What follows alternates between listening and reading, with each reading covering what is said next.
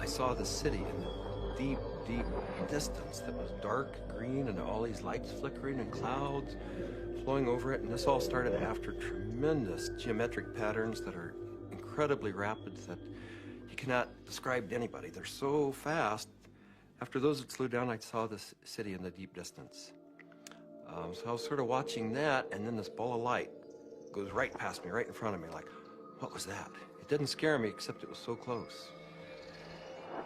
After that, I started looking around. It's like you're in this place, and you're going, why am I in this place? And then I noticed that there was this woman off to my right with a real long nose. She had green skin.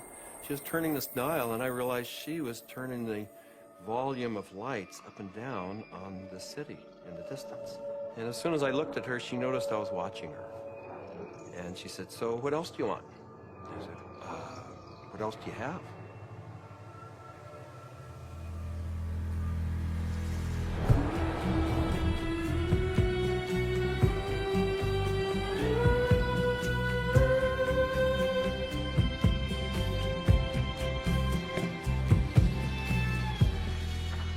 This is the story of DMT, or dimethyltryptamine, a simple compound found throughout nature which has profound effects on human consciousness. One of the things, besides what it does, one of the things about DMT that always fascinated me was the fact that it's such a simple molecule. DMT stands for dimethyltryptamine, N,N-dimethyltryptamine. If you actually look at the ring structure of DMT itself, you only have really 4 positions that you can attach things to. So you can make diethyl or dipropyl. There are some other types of carbon chains you can attach to that end that do give you compounds that have activity, but very different from DMT. Biosynthetically, it's 2 steps from tryptophan.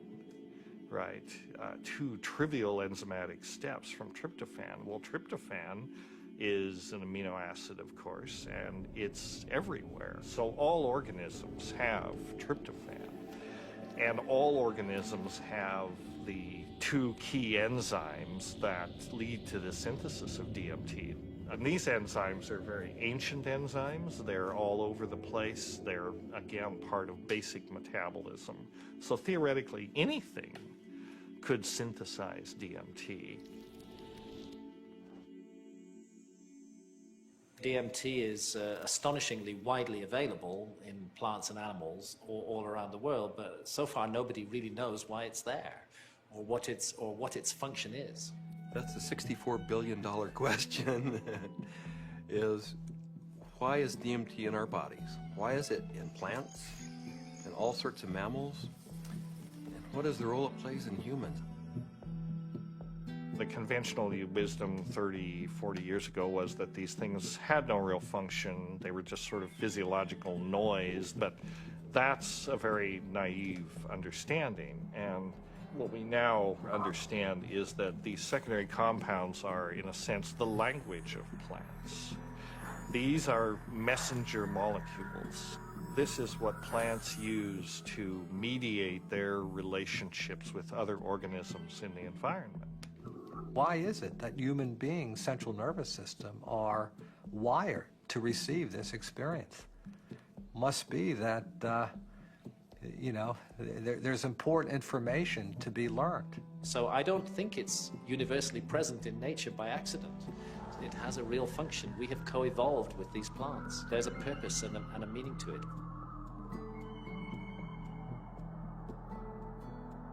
So it really fits in with the notion that DMT may be the common molecular language, resonant language, among all living beings on this planet and maybe others as well. I can't think of a more powerful tool to explore the whole question of what is consciousness. These substances are tools that can be used to expand awareness in all areas of life and apply that expanded awareness for the betterment of people's lives and their communities, their families, and our society. The good news is that there's a growing number of Westerners and actually intellectuals, scientists, artists, movers and shakers, filmmakers, and so on, who realize that this stuff is all too interesting just to go on keeping it swept under the rug. And meanwhile, the Inquisition was a long time ago, the birth of rationalism was a long time ago. At this point, there's no good reason, apart from bad habit, to keep up these barriers. With the help of two concepts that are traditionally opposed, science and spirituality, we humbly reintroduce psychedelics back into the cultural dialogue. DMT, the spirit molecule, you know, it's a conundrum, it's a paradox. What the spirit is the inner world. The molecule is the external world.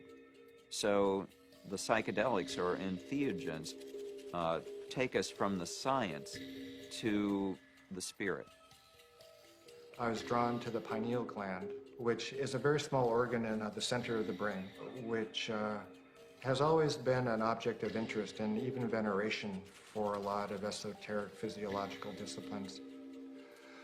I thought, you know, it wasn't totally crazy to presume a pineal site of origin of DMT, which, you know, fit in nicely with my theory that the pineal was somehow involved in naturally occurring mystical states. This hypothesis proposes that the pineal gland at certain times, when it's under a specific stress or stimulation, it releases a significant amount of this hormone, DMT, and it's that hormone that facilitates the entering and exiting of the soul in the body. This is what the Jewish sage mystics have been describing in a coded language for literally thousands of years. Through meditation, through fasting, chanting, any number of techniques, there might be a burst of endogenous DMT that was correlated with mystical and near-death experiences. And I had this theory that there is a big similarity between psychedelics and experiences that were possible with a lot of meditation. And that was one of the original findings that led me to start looking for a spirit molecule, for a compound in the brain that elicited mystical experience.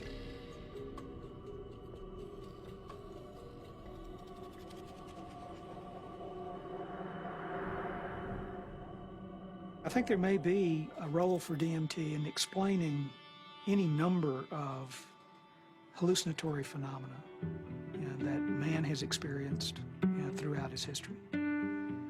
Creativity, imagination, dream states, changes that occur due to isolation, trauma, starvation, all of which produce hallucinatory phenomena.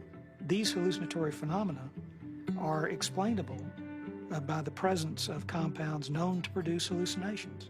And the only compounds that we know of that are capable of doing this are the class of compounds known as hallucinogens.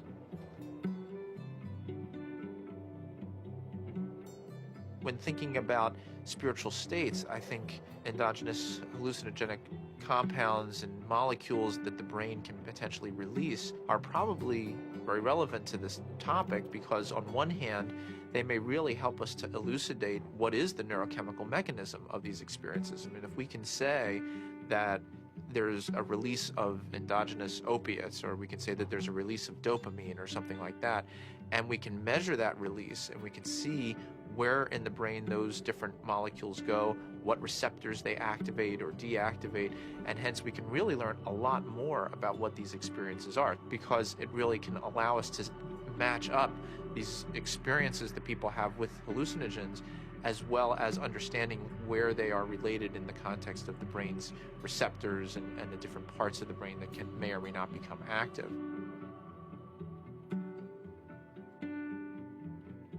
One of the other interesting things about the pharmacology of DMT is that it's actively transported into the brain.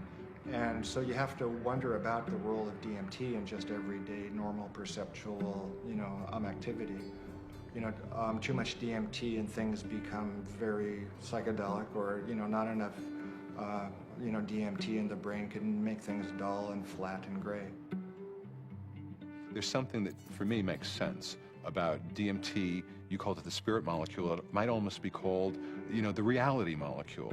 Philosophically, it makes sense that something that would be so fundamental to the way we perceive reality would be imbued out there in reality.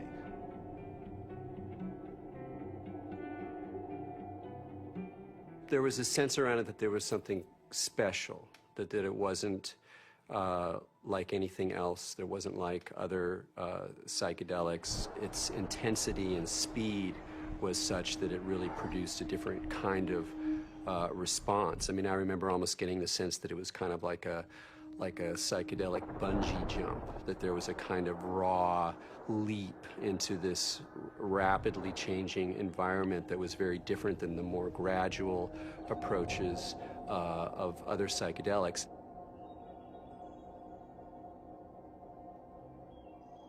Smoke DMT is sort of like the drive-by shooting of psychedelics.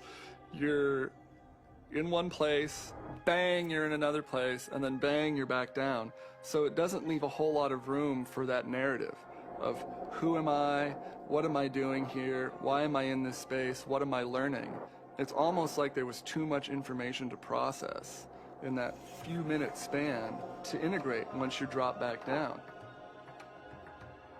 Dimethyltryptamine, when it's administered, has a very rapid onset and a very short duration of action. This is because it's very rapidly broken down by the body so that it can be cleared. DMT is rapidly degraded by an enzyme in the liver called monoamine oxidase, or MAO. That's the reason it's not active when you take it by mouth. Whereas psilocybin, when you take it by mouth, it's not broken down by monoamine oxidase very quickly at all. So it gets through the liver and passes on into the bloodstream and into the brain.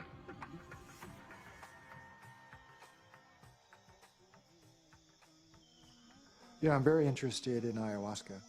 When I began my studies in the early 1990s, ayahuasca was just starting to make inroads into the West, but it's obviously become a lot more popular in the last 10, 15 years. And the visionary ingredient in ayahuasca is DMT. Through some amazing feat of pre-literate chemistry, the Amazonian natives stumbled upon or combined whatever. I don't know how they did it, but they found that one plant contains DMT and one plant contains an enzyme inhibitor. Combine them, you can drink DMT and it's orally active. So it starts working in a half hour, lasts for 3 or 4 hours.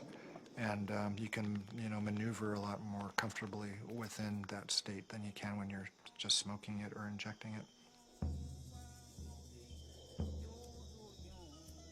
Orally active ayahuasca tends to pick you up and gently carry you into the space and hug you and embrace you and clean you and show you all sorts of mystical visions, and then it very gently brings you back down like you're floating on a feather back to the ground. As valuable as my DMT experiences have been, I feel that there's a lot more enduring value really in this folk technology, which stretches it out and makes it a navigable space. Our whole Western, European-derived tradition of distilling alcohols and isolating chemicals and making everything stronger and taking it out of nature and putting it into the biggest punch that we can, I don't think that generally that's the most useful way. I think there's a reason that cultures have learned to turn a 5-minute experience into a 5-hour experience.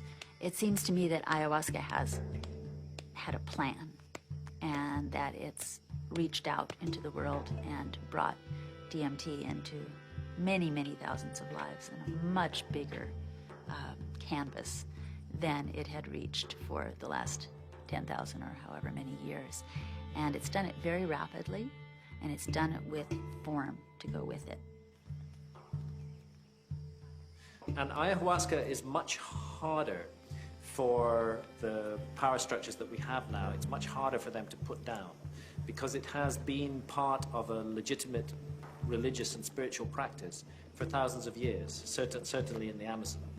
and we can't just dismiss all that as primitive mumbo jumbo and superstition. We have to get to grips with that on its own terms. I think that there's a growing number of people who feel this desire to get back in touch with nature, with plants, with animals, and who know that through the shamanic path there's a way of doing this, and that actually these tools, these psychoactive tools for plants like ayahuasca is a very direct way of doing this. Now, it may not be everybody's cup of tea, and I think a lot of people are actually with reason afraid of it.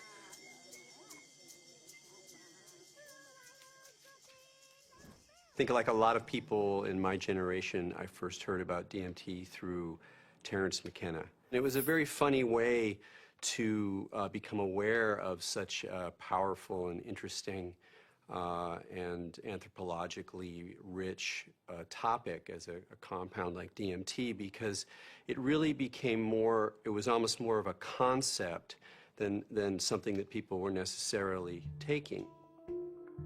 The DMT flash makes it clear that disembodied consciousness is a possibility. I think that the whole tension of history and the tension of life seems to be about the shedding of the body. Terence was he was a good promoter. Basically, he said it's the ultimate metaphysical reality pill. And even though it's not a pill, but I thought that was a pretty good characterization after I took it. It seemed to be of a different order than LSD and mescaline and some of the other things that were around. DMT really did seem to be a whole other level of experience.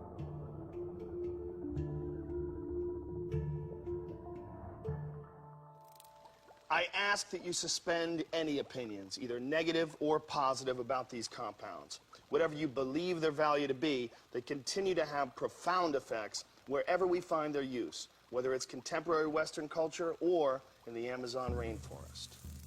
It was in the 50s that the ayahuasca churches started going public. You know, there was a kind of transition from the indigenous Indians in South America to the mestizo people in the cities, and then these churches, you know, the Santo Daime Church and then the UDV Church a little later, started doing ceremonies that would made the ayahuasca accessible not just to Indians, but to urban people in the big cities in Brazil, who are as far from the shamans as we are. In the early 1990s, the UDV established a branch of their church in the United States. In the late 90s, the U.S. Customs Department, along with the DEA, intercepted a shipment of ayahuasca. The church protested the government action. They contended that it violated the Religious Freedom Restoration Act, and the case was heard in the U.S. Supreme Court, and in February 2006, their decision was announced, and it was a unanimous decision on the side of the UDV. Why is it that in the entire Western world, these substances that have been found to be so interesting by hundreds of cultures for thousands of years are prohibited? How did these cultures that consider themselves to be enlightened, democratic, and scientific get to declaring plants illegal? It can seem weird, but there's clearly something deep and revealing about the nature of these societies. Our society values alert, problem-solving consciousness, and it devalues all other states of consciousness. Any kind of consciousness that is not related to the production or consumption of material goods is stigmatized in our society today. Of course, we accept drunkenness. We allow people some brief respite from the material grind. A society that subscribes to that model is a society that is going to condemn states of consciousness that have nothing to do with the alert problem-solving mentality. And if you go back to the 1960s, when there was, a tremendous upsurge of exploration of psychedelics, I would say that the huge backlash that followed that had to do with a fear on the part of the powers that be, that if enough people went into those realms and those experiences, the very fabric of the society we have today would be picked apart, and most importantly, those in power at the top would not be in power at the top anymore.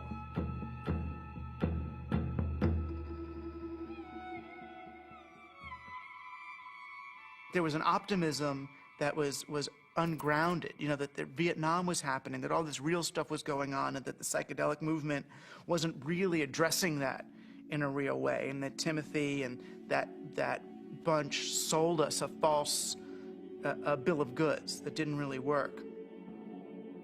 We are now, whether we like it or not, in the psychochemical age. In the future, it's not going to be what book you read, it's going to be what chemicals do you use to open or close your consciousness. Chemicals can help us learn faster. Chemicals can help us expand or contract our consciousness. The atmosphere in the 1960s was, we are doing research here. We are dedicating our lives to trying just about everything on the planet. So we would try it, then we would talk about it, then we would evaluate it. We regarded ourselves more or less as spiritual pioneers. I mean, the way I look at the 60s, you can see it as a kind of failed attempt at a mass cultural voyage of initiation. You know, so people would you know, try to go out into these other realities, but they didn't have a basis for it. There weren't wisdom traditions and elders. There weren't like connections of shamanic lineages. So people would go out and they would kind of like smash apart. Timothy Leary really so discredited a scientific approach to studying this, because he started off doing interesting research and then got into advocating use in a way that was incredibly threatening. Culturally, we reacted, and politically, it became impossible to do this sort of research.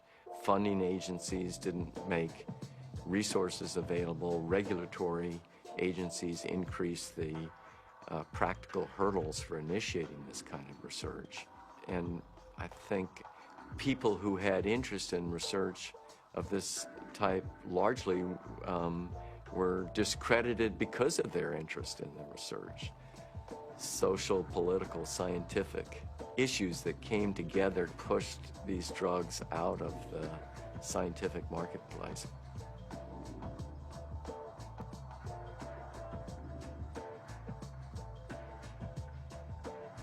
The public opinion in many cases had become that psychedelic research was dangerous. The lay public was uninformed about the true nature of these compounds and what their importance may be in the understanding of perception itself. One of the tragedies to me is that the clinical research on these substances pretty much stopped around 1970. And for me, it's especially tragic because I really believe that these substances played a major role in the development of our philosophy and thinking throughout the world. What a lot of people don't realize is that psychiatry, up until the 50s, the field in general had no concept that neurochemistry played any role in emotion or behavior, which today seems really bizarre. And the discovery of LSD and its potent effects on the human psyche occurred almost contemporaneously with the discovery of serotonin as a molecule in the brain. And it was really when people looked at the structure of serotonin and compared it with LSD that they really began to think, you know, maybe neurochemistry plays a role in brain chemistry and behavioral states. If LSD had not been discovered, I doubt we would have had any of the drugs we have, at least not as quickly as we do for treating depression and so forth. Once these drugs became abused and scandalized, psychiatry had to really work hard, you know, to distance themselves from any valid scientific, you know, scientifically meritorious relationship with psychedelics. Being a psychiatrist and saying you want to learn or study about psychedelics, it's, you know, it's not that well received. And I made one mention one time and was discouraged from really bringing it up again for actually a number of years. For cultural reasons, the whole class of compounds got pulled off the clinical bench, and no research has gone on for 40 years. So scientifically, I can't imagine a more exciting area to be pursuing. How does one go about studying these plants and compounds? Plants and compounds which produce unimaginable experiences and appear to shed light on some of humanity's greatest mysteries. In order to answer that question, Dr. Strassman conducted the first human psychedelic research in a generation. One of the things that I had established early on was being able to discriminate between studies in the scientific realm and recreational use. But in the early 1980s, I reviewed all of that literature and could pretty well establish that if people were really carefully screened and supervised and then followed up, that the incidence of adverse reactions to LSD and related psychedelic drugs was extremely low. The drug or the compound or the chemical that seemed like the best candidate to sort of reopen the U.S. Front on psychedelic research would be DMT. It was really, it's exciting for me because I thought this is the first study in a generation. And not only that, despite the fact that DMT had been used safely in earlier studies and it was this natural component of the brain, DMT is one of the most profound and potent psychedelics known.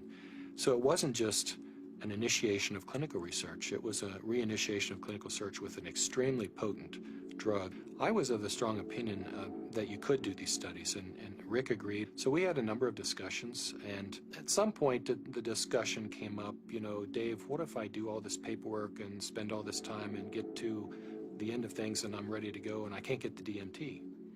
And that was a real possibility because DMT, clinical grade DMT, wasn't a chemical you could just buy off the shelf somewhere. And I told Rick, if you get to that point and no one will make it, then I'll do it. And ultimately Rick got to that point and I made it. The design of the study was fairly straightforward. Give people DMT and measure as many variables as possible. I had to sort of anticipate a lot of objections that would come my way from the regulatory agencies that oversee this kind of research. So at that point began a 2-year process of dealing with not that many regulatory agencies, but fairly monolithic ones. One sort of a sidelight of the protocol was the involvement of a psychiatrist from UCLA named Daniel Friedman. He was kind of one of the grand old men of American psychiatry. And actually he was one of the people who in the 50s and 60s got their start with psychedelic research. And the main thing that Danny Friedman told us was, don't even get close to psychotherapy. Forget about treating mental illness or alcoholism or anything. Forget that. That's where all the hysteria is. That's where all the fears get up. You're a scientist, Rick. Approach it as a scientist. Do basic, simple measurements. Look at heart rate, cardiovascular parameters.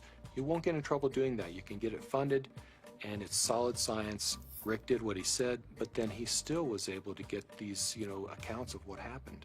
And that wasn't in the plan. That wasn't really what was proposed in the studies that were funded, and that wasn't what Danny talked about. But those were the spin-off that really made it interesting. Rick Strassman was advertising in some magazine somewhere about wanting volunteers for a particular study in a psychotropic, and I didn't really know I didn't know DMT from STP at that time. And I remember reading that and I'm thinking, oh my God, this is bad. I better get involved in this and make sure that somebody doesn't get hurt, and that at least there'd be some sensitivity towards what this stuff is really about. I met Rick's research nurse at a party, and she heard me talking about that I had used peyote ceremonially, and she took me aside and said, there's something that you might be interested in. We're looking for subjects, volunteer subjects, for some unusual research. I was a little concerned that the study participants might be a little obnoxious. Maybe that's not the right word, but people that were just seeking to do a lot of drugs, and they were very professional people. There were varying degrees as to how much hallucinogen use they had been through, it seemed like. There were some people that it felt like they had made it their kind of their life mission to experience every kind of substance out there, and then other people who I think were just interested for their own personal growth and yeah, or curiosity.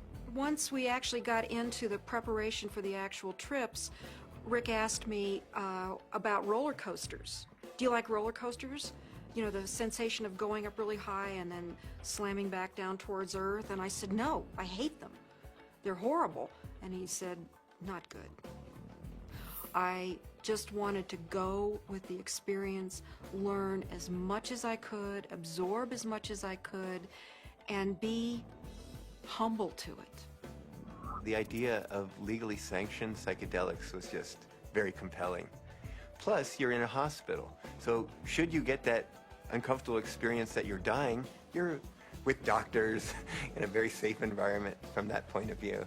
I mean, this was really very cutting edge, very out there, it was high risk, and people knew what they were getting into, and they wanted to have the extra reassurance, and I was glad, actually, to have a crash cart in their room and a team, you know, in the hospital to respond to any emergencies.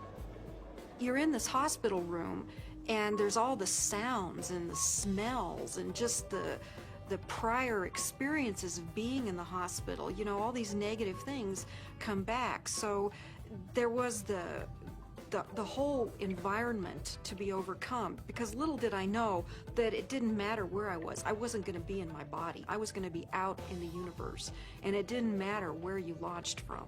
It could be a hospital room, it could be the jungle in the Amazon. It didn't matter where you were, because you weren't going to stay there. Set and setting is so important. It's even more important than the substance. More important than the substance. Set and setting is everything. Now, what is the set and setting when you are blindfolded? The set and setting is not what you're seeing. You're not seeing anything. The set and setting is your internal self. The things that you have learned, the capacities that you have achieved, the conditions of your own psyche and psychology, these are your set and setting. It's the medicine combined with or interacting with the set and setting that creates an effect of safety, of trust, of comfort, and of resourcefulness that makes it possible for you to take some big leaps and receive some big gifts. And if that's not there, you just get terrified. So I didn't really have physical fears so much that they would die or have a stroke.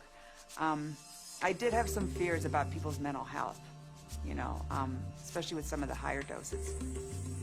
We gave one gentleman who had a lot of experience with the drug one dose, and he didn't think it took him far enough. So then we gave him a higher dose, and he was gone.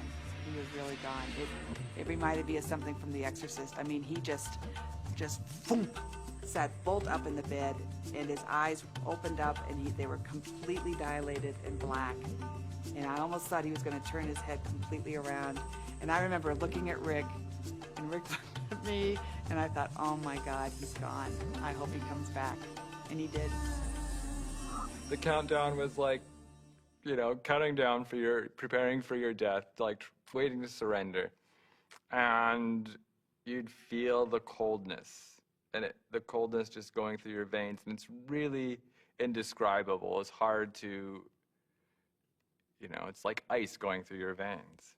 And the next thing that would happen, besides my racing heart, is this burning sensation would happen on the back of my neck.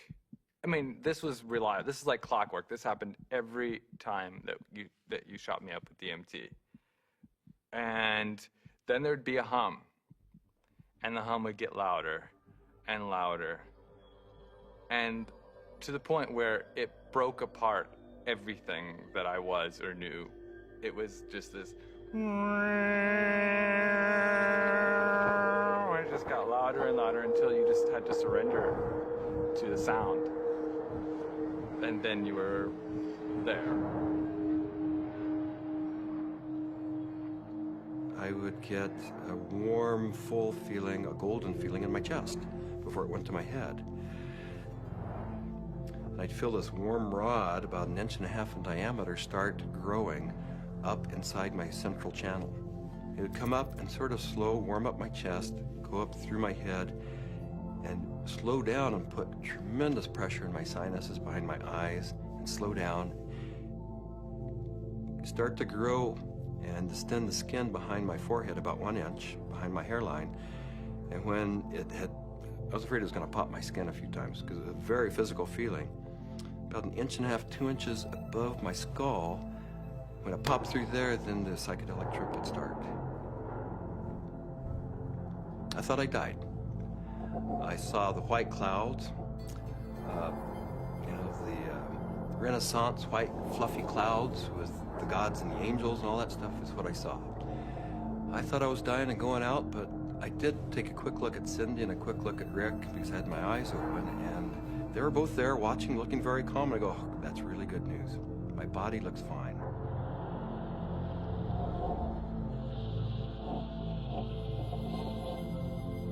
So I didn't know whether it was my birth I was re-experiencing, my death which was yet to come, because I know that time crumbles. The linearity of time is totally meaningless in these states.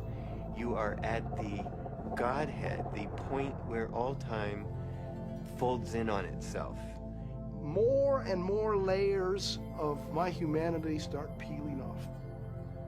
Finally, the last, almost the last layer, and I can't even describe what it is, but you have, at some reaches way in there, there is like the last layer of that which defines you as a human being, and it goes,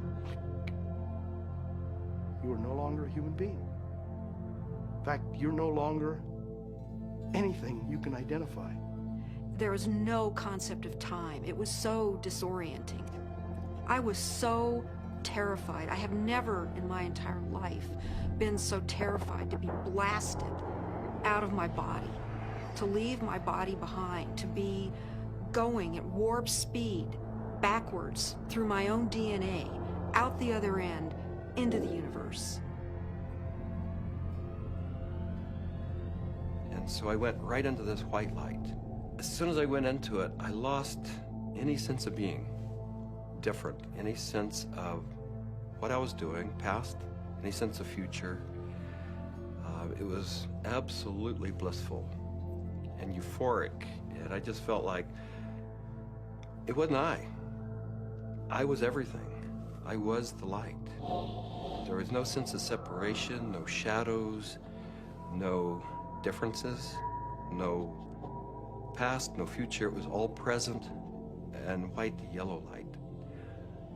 Then I felt myself falling out of this light, and as I fell out of it, I could feel the light was like a glow, like the sun with flames coming out and lapping out, and I could already start to feel this tremendous separation.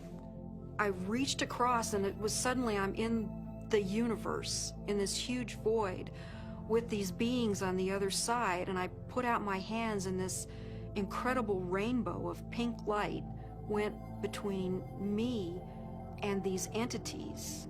And I was trying to make it be like a white light, but it was this incredible pink light, this energy of love that this capacity of love that we as human beings have, that I was trying to just send to them. This meteor-like trip through the infinite space of the interior consciousness is up pops the picture puzzle pattern door. And I'm now whizzing through this sucker like if it was nothing. I'm flying through it. But now I know what the picture puzzle pattern door is. The picture puzzle pattern door is the farthest reaches of your humanity. This is the doorway into what defines you as a human being. When you go past that, you stop being human to a degree, and the further you get past this point, the further away you go from being a human being. But right here, this picture puzzle pattern door is everything. It's everything. It's what defines you as a human being. This picture puzzle pattern door is you. This is like the actual core of where all of reality is emanating from. This is where meaning comes from. Symbols were pouring out. They were intertwined. Every symbol and letter and in every language was pouring out of this point. And I looked around at my environment and I was trying to absorb everything, to understand, but there were all of these machines or structures or things that I had never seen before, that I had no idea what they were. I was like a caveman in a computer lab. I didn't have any idea, but I knew in my intellectual awareness that this was a very advanced civilization or life forms or whatever they were. They were so far advanced from what we know here on Earth. There's one state in it, I call it the hobby horses, and they're interlocking, reticulating, vibrating hobby horses, and I use that's what they seem like to me. They interlock and they form a visual pattern that seems infinite in scape. And then you're on the inside, outside, inside, every side. And so it's less possible to use, words sort of start to escape you. The texture of the space was very much like an animated Mexican tile. It seemed to be hyper vivid in color, in a Technicolor sense, but also very clay-like and earth, like with an earthen, pointing towards earth, but not really being of earth. And there was no I. There was just a sense of a witness being suspended in this incredible vaulted space, like a cathedral made out of stained glass of all imaginable colors. Unbelievable brilliance and saturation of color. Just this amazing pattern in this dome, this gigantic dome. It felt like the size of of a small planet. And there were these winged beings. I don't remember exactly what they looked, but were like angels, something like angels, that were majestically kind of flying through the space. But there was something about the quality of how they were flying that was unique. I'd never seen anything like it. It was like, I don't know, the sense of another realm that was there. My sense was at some point there was this implicit sense, this is the divine realm. This is the divine realm. And it was not like a thought, but it was like this implicit kind of grokking recognition. It was all very, very impersonal until I got to the space where I realized that I was in the area where souls await rebirth. And I was there, and I had been there so many times before.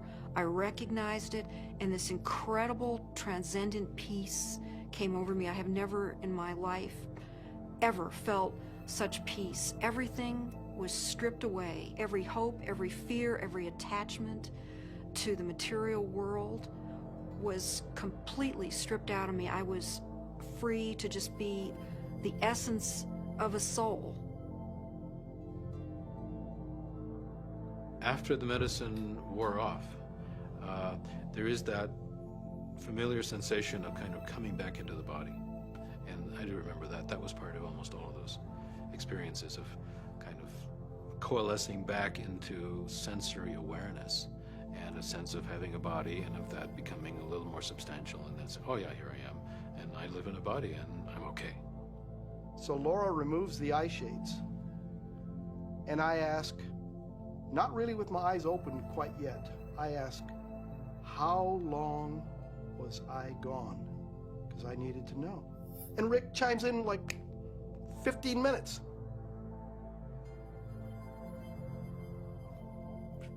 For a moment, I'm shocked. I'm like, mind, has to try to catch up because now the whole cognitive dissonance of the experience has to catch up. I was gone for 15 minutes. 1,000 years of experience in 15 minutes.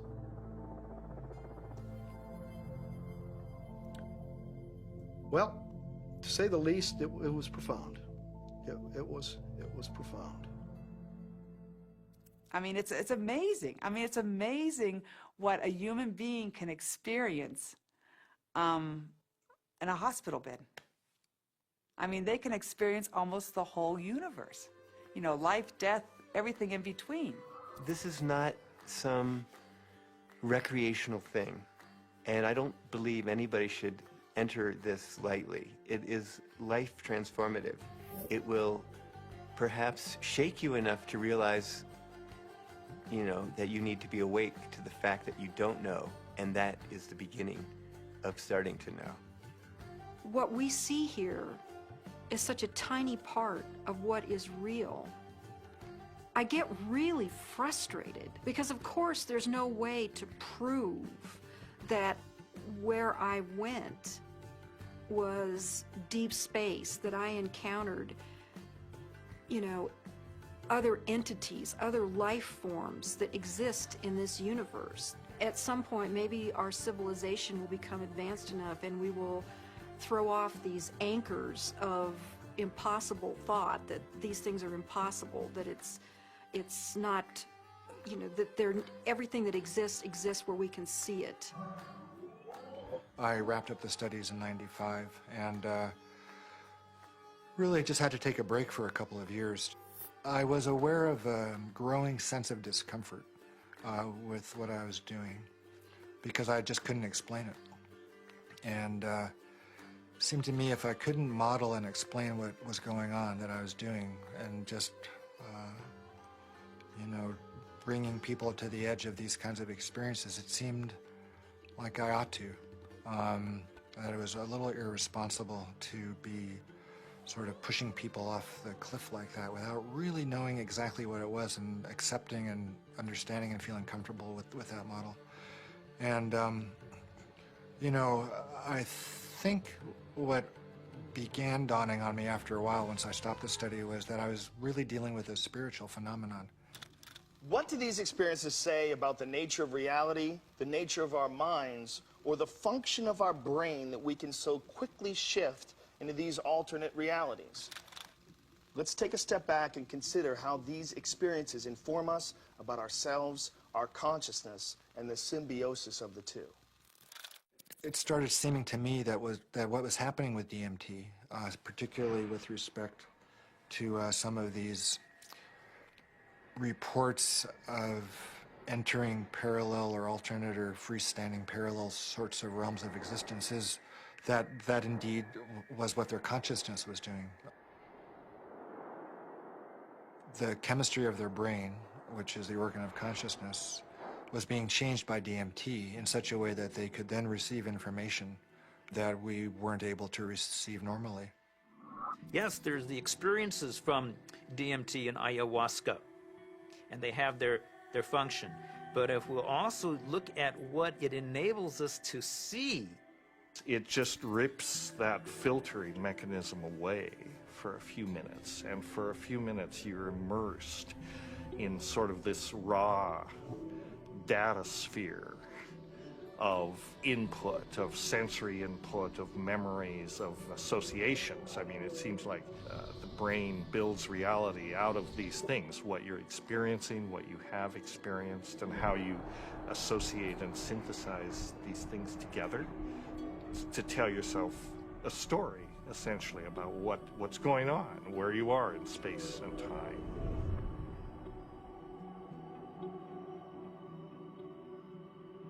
It's the brain that helps us to process all this information and to create for us a rendition of what our world is all about. But we're trapped within that brain. However, in spiritual experiences where people feel that they get beyond the self, in certain types of psychedelic experiences where you have incredible sensory and other types of phenomena, people really feel like they are able to kind of get outside of their brain. We have to take a very big look at what is going on within them when they have the experience and try to understand how it happens physiologically and try to make sense of it from the subjective perspective as well as from the objective perspective. I don't think you can just say, let's just explain it away on the basis of science. What I was doing early on when I was hearing these reports were interpreting them, calling them psychological or brain chemistry aberrations or whatever, that there was a part of the brain that was being dinged that was responsible for the alien appearance phenomenon. This is not a new phenomenon. Entities in altered states, have been recognized for an extremely long time in many cultures over the millennia. Helpers, spirit assistants, angels, all of these different entities have been fairly common throughout man's experience of altered states and through much of man's mythology.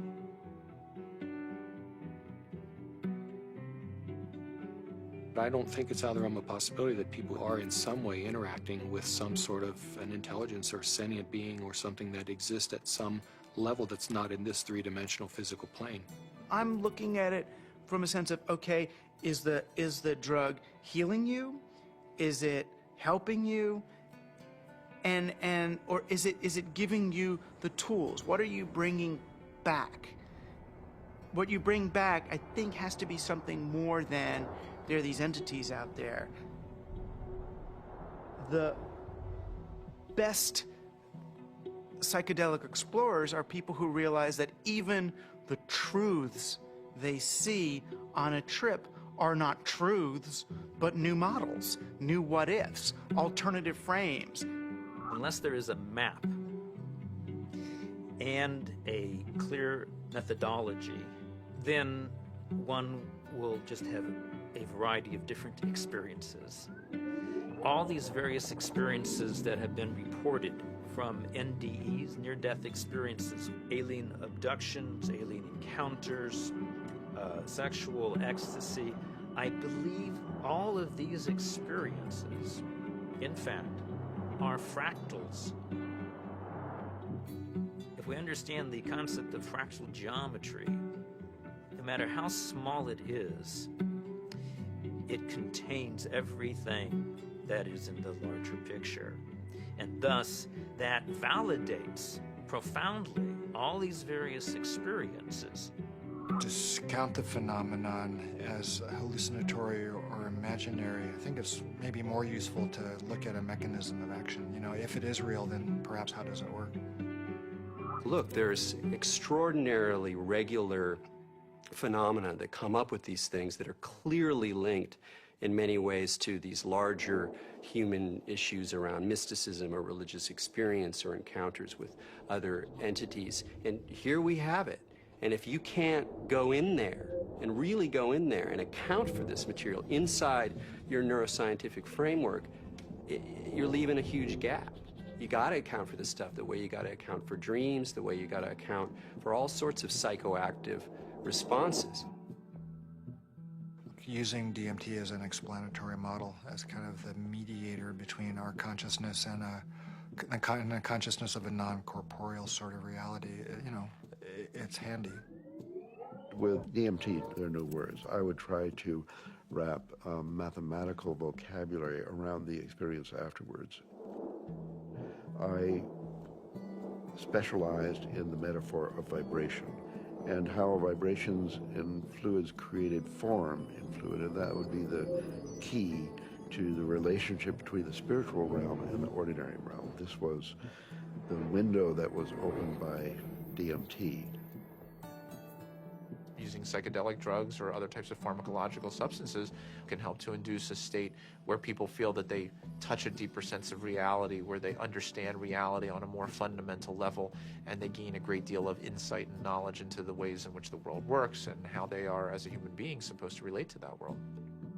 DMT is somehow, it seems to me in my experience, more of a breakthrough than LSD, mushrooms, peyote, and so on. It's instructive. It's more supportive of future evolution and the creation of the future. And it is, in itself, more of a mystery. How could this little stuff produce something that has intelligence, that is actually a doorway to another reality? So what is the nature of reality, and what is the nature of how we as human beings experience it? Can we understand it better? Are we capable of understanding reality on some very fundamental levels? And what do we need to do in order to prepare for that?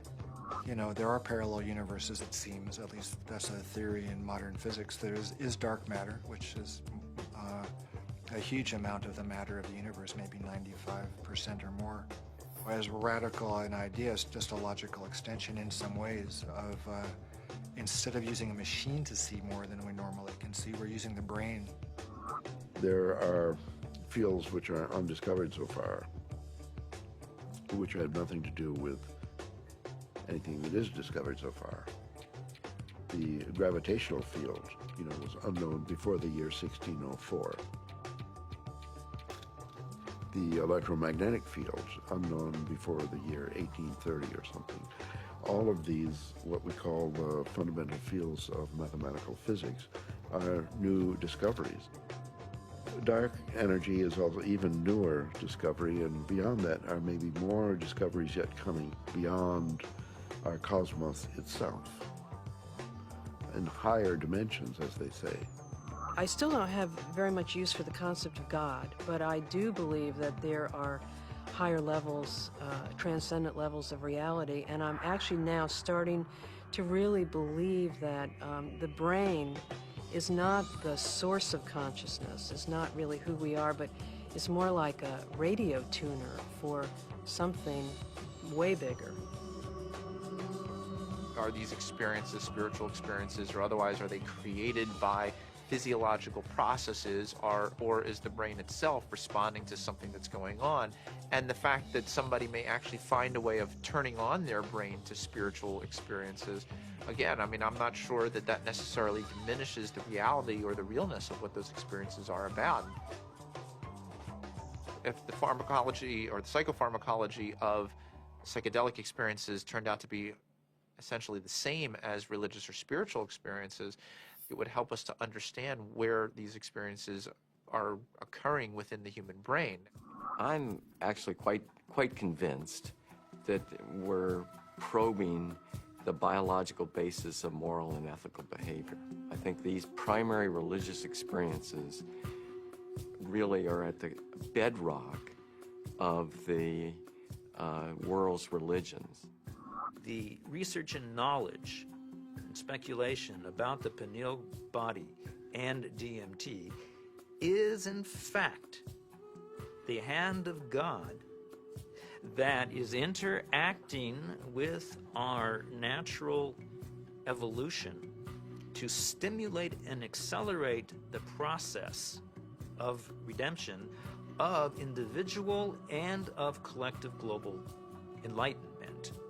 Because of my ayahuasca experiences, I consider myself a spiritual person. I know things now that I could never have known otherwise. This experience is so familiar for a lot of different people and is so easily acquired, and so much information comes with so little effort that it is a kind of a miracle. It's a miraculous way for us to transcend ordinary reality and obtain maybe an intimation of what's necessary for survival. Ranging from new forms of medical treatment to a better understanding of the universe to life-changing spiritual revelations, these natural tools offer us the ability to seek greater knowledge. Tools that could positively affect life on our planet. Let's answer Dr. Strassman's question. If so, so what? Because of the collapse of consciousness, spiritual and scientific knowledge split apart. Both these modes of knowing have to come together. In other words, science and technology, from a traditional religious perspective, is not an extra. It is part of the process by which humanity is going to evolve into its next stage. How do we find like the right form for psychedelics in the future? I mean, assuming that psychedelics are part of the human future, right? For that, at the moment they're still, you know, generally repressed and suppressed and legal. If that were to change, you know, how would we begin to construct a kind of system that would allow for a kind of rational and mature exploration of psychedelics. I think that the name of the game is to show science the pertinence of this somewhat outlandish realm. And it's not just crazy stuff. It shouldn't be considered as, let's say, not even worthy of interest or illegitimate. I actually think because it's declared off bounds, it just makes it interesting to start with. But one doesn't want to throw out the baby with the bathwater, and I think it's really important to stay faithful to science. What does it mean? Why is there a part of the brain that seems to be, for lack of a better word, a God detector?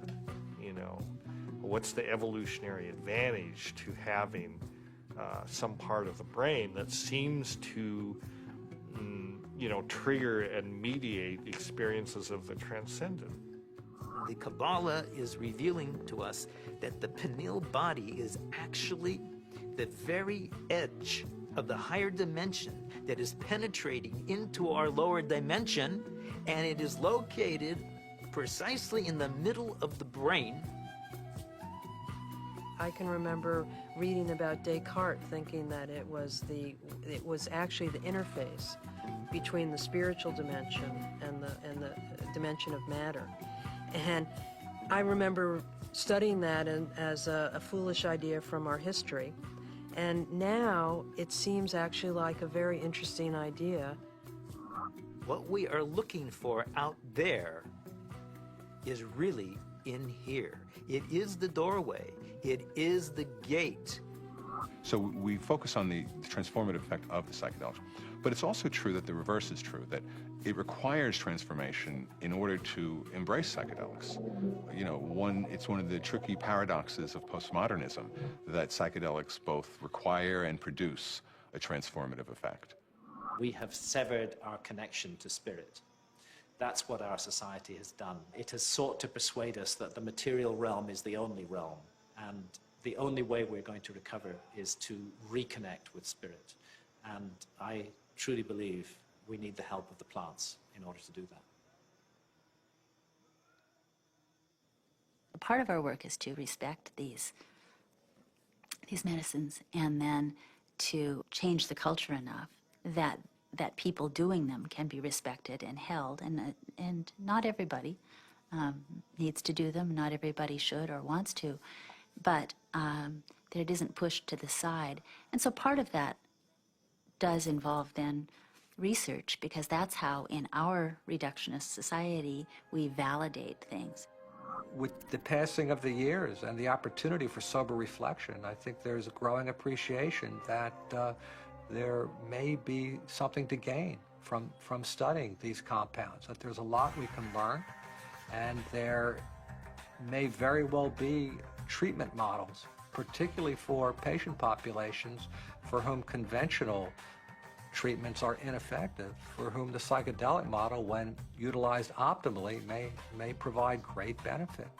I think the most important thing that we could do right now that would be fairly straightforward to do is to ask and answer the question of whether ayahuasca could help people who have drug and alcohol abuse. And given that we know that DMT and similar alkaloids have a very strong effect on the same receptor sites that are involved in depression, and the notion that most people, in my experience, who use drugs and alcohol are self-medicating a deep depression or an anxiety.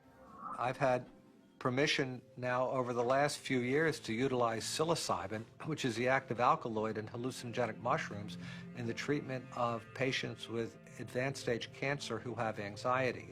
We're treating the anxiety, not the cancer. Now, you know, psilocybin is 4-phosphoryloxy N,N-dimethyltryptamine. So obviously, from a chemical structure point of view, you know, very similar to DMT. Ultimately, what I want to do is see these things used in the way that they were used traditionally, to heal people, help people. And right now, helping people come to terms with dying. It changes your whole relationship to your death, your impending death. believe it or not, you're going to die. And now, with this tool of having crossed over already, some of the fear around that will disappear. Now I'm beginning to wonder whether consciousness may actually survive biological death, that maybe the model that we've been working under in psychiatry and the behavioral pharmacology model is just wrong. It's backwards, actually. That consciousness is primary in the universe and matter is a result of. Utilizing substances like DMT or 5-methoxy-DMT may really help us prepare by practicing a transient dying experience.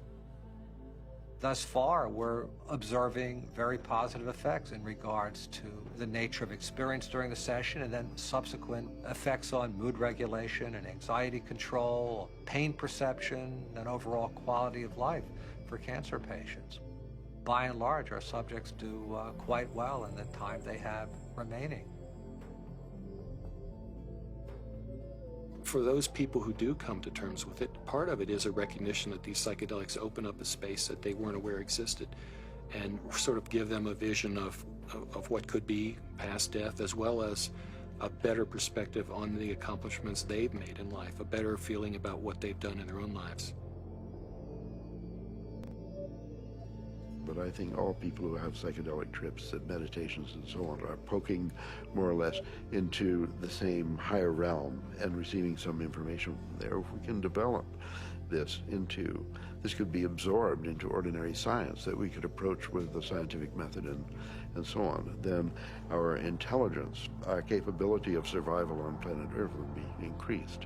I mean, we're a dying species. We live on a dying planet. We're killing the planet. So our disease is extremely serious, and therefore we're desperate to find new information, ideas, and so on that can transcend. We have to evolve, and I think our intellectual evolution may be predicated upon the psychedelic pioneers. It's so easy to change the world. I mean, and that's the kind of thing that you can see on psychedelics. If you don't get trapped in the beauty and awe of the psychedelic experience itself. You know, it's like looking through the chandelier of reality from a different vantage point. You know, you can now project through those crystals in another way, and it's beautiful. But, okay, now come back. You know, now come back. I think if I ever were to resume giving people psychedelics, particularly DMT, it wouldn't be just to kind of tinker with brain chemistry and just see what's happening. I think one of the things I also learned in the research is that you just don't want to give drugs and see what happens. That's a little, I don't know if callous is the word, but that's the first word that comes to mind. I think if you're really going to open people up like that, you need to do it for a purpose, not just for scientific curiosity. And you know, I'd like to be helpful rather than just sort of smart or clever. To my mind, is this kind of two-edged sword of simultaneously opening up to the numinous world, to the world of messages, the world of spirits, the world of entities, and at the same time rigorously taking that material into the acid bath of neurology, into sociology, into the ongoing construction of reality. And that the wisdom that these things bring is this kind of very tricky mixture of authentic religious experience with gods and messages and clear signs, and a sort of remarkable mirror of the mind. The curiosity, perhaps the uniqueness of the human creature, is that we live in both realms. We have the ability for spiritual experience, and we have the ability for physical experience. The agenda of the spirit world, if there is an agenda, is to allow us to experience our full potential and to deliver our full potential. And maybe the choices that we are making right now, as a civilization and a society, rebound far beyond ourselves. And I think DMT is a forcible reminder that there's a lot more about reality, the universe, ourselves, the biosphere, whatever, that there's a lot more to it than we imagine.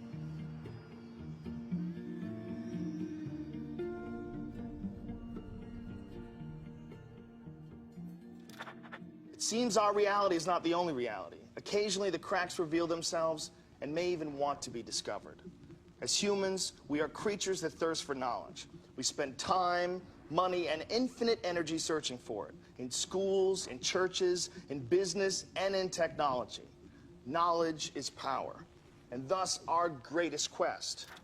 Dimethyltryptamine, a molecule with a complex name and the simplest ability to unlock the door to another dimension, and perhaps, just perhaps, our future evolution.